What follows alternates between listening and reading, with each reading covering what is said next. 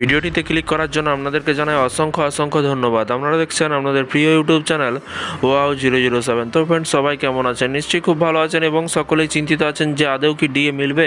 তো ইতিমধ্যে একটি দারুণ খুশির খবর, দুর্দান্ত খবর। রাজ্য সরকারি কর্মচারীদের জন্য 10% ডিএ বাড়ানোর ঘোষণা মমতা বন্দ্যোপাধ্যায়ের। 10% বৃদ্ধি করলো, টোটাল কি তাহলে 24% হতে চলেছে? চলুন এক নজরে দেখে নেওয়া যাক। ভিডিওটি সম্পূর্ণ দেখবেন। ডিএ বৃদ্ধি নিয়ে কিন্তু দীর্ঘদিন ধরে টানাপোড়া চলছে সরকারি কর্মচারীদের মধ্যে। ডিএ বৃদ্ধি নিয়ে ক্ষোভ, বিক্ষোভ ও আন্দোলনের কথা কম বেশি সকলেই কিন্তু জানেন এবং সাম্প্রতিক অতীতে অবশ্য রাজ্য সরকারি কর্মচারীদের মহার্ঘ ভাতা বৃদ্ধি করেছে পশ্চিমবঙ্গ সরকার। এবার কিন্তু এলো বড় খবর। কি বড় খবর এলো? আগে ঘোষণা করা হয় সরকারি কর্মচারী, পেনশন এবং শিক্ষক শিক্ষিকাদের সকলে কিন্তু 1 মে থেকে বর্ধিত হারে অর্থাৎ 14% হারে মহার্ঘ ভাতা পাবেন। এরই পাশাপাশি তবে এবার সেই সিদ্ধান্ত বদল হলো। কি বদল?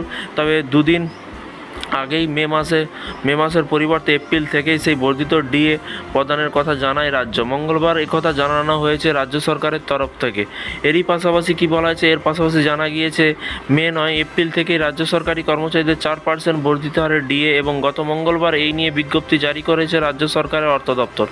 যদিও এর জেরে কিন্তু কিছুটা বিভ্রান্ত হয়ে পড়েছে সকলে। পরে অবশ্য গোটা বিষয়টি স্পষ্ট হওয়ার পরে কি বলা হয়েছে? এর মানে হলো 1 মাসের জন্য রাজ্য সরকারি কর্মীরা 18% হারে ডিএ পাবেন ঠিকই, তবে এরপরে আবার ষষ্ঠ বেতন কমিশনের আওতায় সেই 14% হারে ডিএ ঢুকবে তাদের অ্যাকাউন্টে। তবে এরই মাঝে বৃহস্পতিতে নতুন করে একটি ডিএ নিয়ে বিজ্ঞপ্তি জারি করা হয়েছে। সেই জারিতে কি বলা যায়? লোকসভা ভোট মিললেই কিন্তু রাজ্য সরকারি কর্মচারীদের ডিএ বা মহার্ঘ ভাতা 1 লাফে কিন্তু 10% বৃদ্ধি জারি করা হয়েছে। এরই পাশাপাশি কি বলা যায়? সরকারি বিজ্ঞপ্তি অনুযায়ী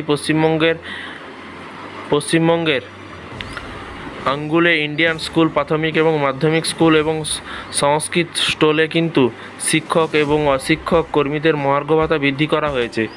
আর জানিয়ে রাখি, সেই সব সরকারি কর্মচারীদের ডিএ 1 লাফে 10% হারে বৃদ্ধি করা হয়েছে। বিজ্ঞপ্তি জারি করে জানানো হয়েছে যে এই বর্ধিত হারে ডিএ কার্যকর হবে 1 জানুয়ারি থেকে।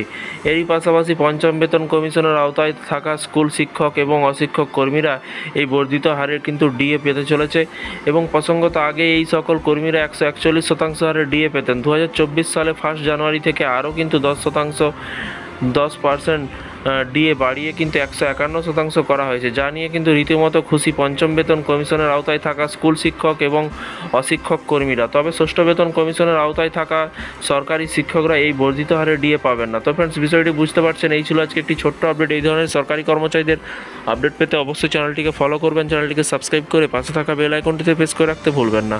ভালো থাকবেন, সুস্থ থাকবেন এবং নিজের খেয়াল রাখবেন। Thank you.